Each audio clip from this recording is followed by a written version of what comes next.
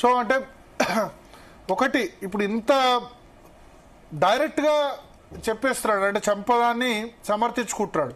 కానీ ఇప్పుడు చనిపోతుంది, తన బాంబ్ బ్లాస్ట్ ద్వారా పోతుంది ఎవరో తెలియదు కదా, టార్గెట్ ఎవరో తెలియదు కదా. అట్లా అమాయకుల ప్రాణాలని తీయమని చెప్పిందా? చెప్తుందా ఏ మతమైనా? సరే, ఇప్పుడు చెప్తదా అని అడిగితే దాంట్లో ఉన్న విషయాలు చదవాల్సి వస్తుంది, చదివితే కష్టం అవుతుంది. సో ఇప్పుడు మళ్ళీ మీకు కూడా ఇబ్బందే. సో ఎందుకు ఆ పాయింట్ లో నేను నిలదలుచుకోలేదు. కానీ బట్ పాయింట్ ఏంటంటే, ఇస్లాం కోసమనే మేము యుద్ధం చేస్తున్నామని చాలా క్లియర్ గా టెర్రరిస్టులు ప్రకటిస్తూ ఉన్నారు. వాళ్ళ మాటలు కూడా చూస్తే మీరు ఇప్పుడు ముజాహిదీన్ అంటారు. ముజాహిదీన్ అంటే ఎవరు అని అంటే అల్లా సైన్యం, నథింగ్ ఎల్స్. అల్లా కోసం పోరాడే సైన్యం వాళ్ళ దృష్టిలో, వారియర్స్ అని. ఫిదాయిన్ అంటారు, సూసైడ్ బాంబర్ ని ఫిదాయిన్ అంటాడు. అంటే ఏంటంటే అల్లా కోసం బలిదానం ఇచ్చేటువంటి వ్యక్తి. సో అదొక చాలా పుణ్య కార్యంగా భావించేటువంటి భావజాలం కలిగినటువంటి వ్యక్తులు వీళ్ళంతా.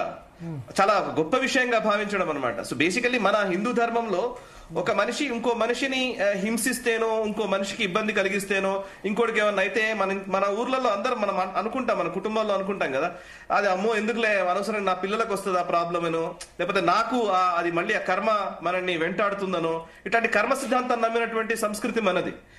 ఈ కర్మ సిద్ధాంతం లేదు. నువ్వు ఎంతమందిని చంపితే అంత ఎక్కువ సుఖం వస్తుంది నీకు జన్నత్లో అని చెప్పే దుర్మార్గులు వీళ్ళు.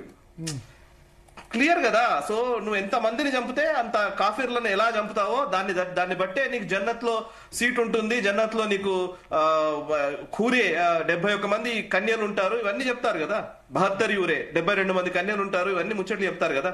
సో కసబ్ లాంటోడైనా లేకపోతే ఉమర్ నబీ డాక్టర్ చదివిన వాడైనా, ఏమీ చదువుకొని కసబ్ లాంటోడైనా, ఇద్దరిది సేమ్ కాన్సెప్ట్.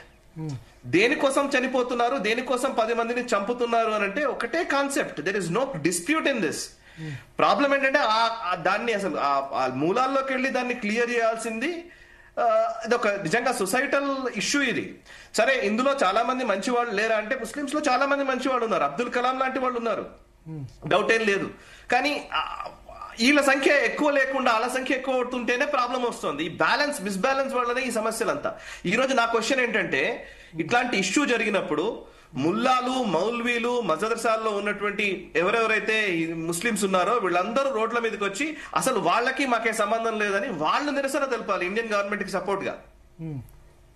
సో ఇప్పుడు మనం అంటారు కదా, ఎక్కడో స్వామీజీ తప్పు చేశాడు అనుకోండి, మొత్తం హిందూ సమాజానికి ఆపాదించేస్తారు కదా.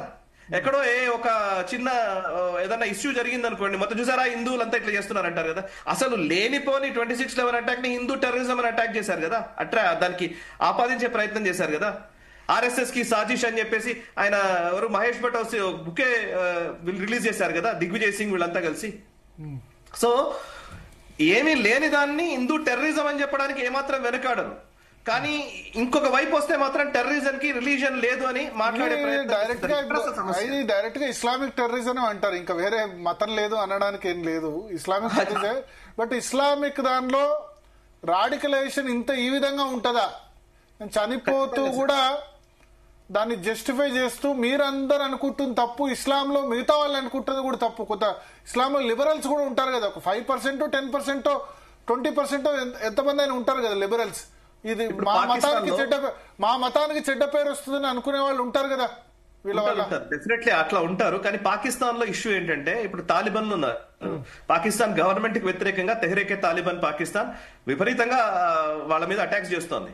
మీరు ఖైబర్ పఖ్తూన్ఖ్వాలో మారణ హోమం జరుగుతోంది అక్కడ. ఒక రకంగా చెప్పాలంటే ఖైబర్ పఖ్తూన్ఖ్వాలో ఉన్నటువంటి తెహ్రీకే తాలిబాన్ పాకిస్తాన్ ఏమంటారంటే, అసలు ఈ పాకిస్తాన్ అమలు పరుస్తున్నటువంటి చట్టాలు కావు దేశము, సో షరియా రావాలి, మా తాలిబాన్ చట్టం రావాలనేది వాళ్ళు కొట్లాడేది. Okay, at the same time తాలిబాన్లతో పోల్చుకుంటే ఇప్పుడు మేము అసలైన ముస్లింలని వీళ్ళు అంటారు, సున్నీ ముస్లింలు మేము అసలైన ముస్లింలమని వీళ్ళు చెప్తారు, టేకేదారులం మేమని. అంటే ఈ ఇస్లాం మొత్తానికి టేకేదారులం మేము అని అటు టర్కీ భావిస్తుంది. ఇంకోవైపు సౌదీ ఫ్యాక్షన్ ఒకలాగా బిహేవ్ చేస్తుంది, వహాబీజము ఇవన్నీ మాట్లాడతారు. ఇంకోవైపు సూఫీజం ఉంది, దేవబందీ నుంచే మూలాలు ఉన్నాయి అక్కడ. ఈ రోజు మనం మాట్లాడుతున్న తాలిబాన్లకి టిఎల్పి ఉంది కదా, Tehreek Taliban Pakistan, TTP. So దానికి మూలము మన దేవబందీ నుంచే ఉంది. అండ్ ఇదే యూపీ నుంచి ఖొమైనీ ఇరాన్ కి వెళ్ళినటువంటి, ఇరాన్ లో అధికారంలో అక్కడ షా ఆఫ్ ఇరాన్ ని కూలదోసి అక్కడ ముస్లిం రాజ్యాన్ని స్థాపించినటువంటి ఖమైనీ ఉన్నాడు కదా, ఖమైనీ ఫోర్ ఫాదర్స్ మన యూపీ నుంచి వెళ్ళాడు.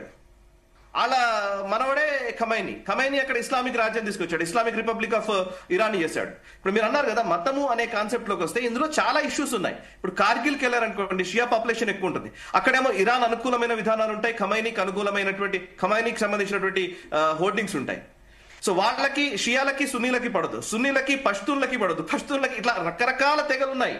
బట్ ఓవరాల్ గా ఏంటంటే కాఫిర్ల విషయంలో మాత్రం, వాళ్ళు అనుకుంటున్న కాఫిర్ల విషయం మాత్రం వీళ్ళందరూ ఏకమవుతున్నారు. ఇక్కడ అసలు సమస్య ఉంది.